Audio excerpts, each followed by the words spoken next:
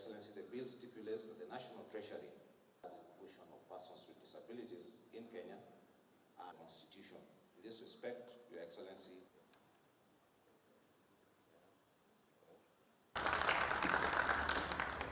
it has been my singular honor and duty this morning to sign into law the Persons Living with Disability Bill 2025, a progressive piece of legislation that reaffirms the dignity and rights of all people living with disabilities in Kenya.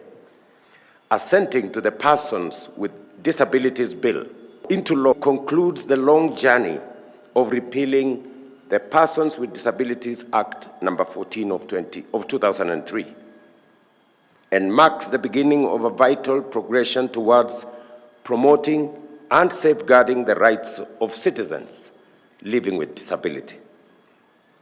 This law is both progressive in scope and progressive in vision.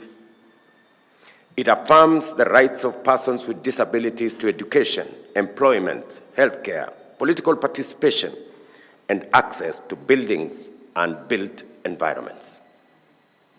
It also mandates stronger enforcement mechanisms, clearer accountability, and enhances representation of persons with disabilities in both national and county governance structures.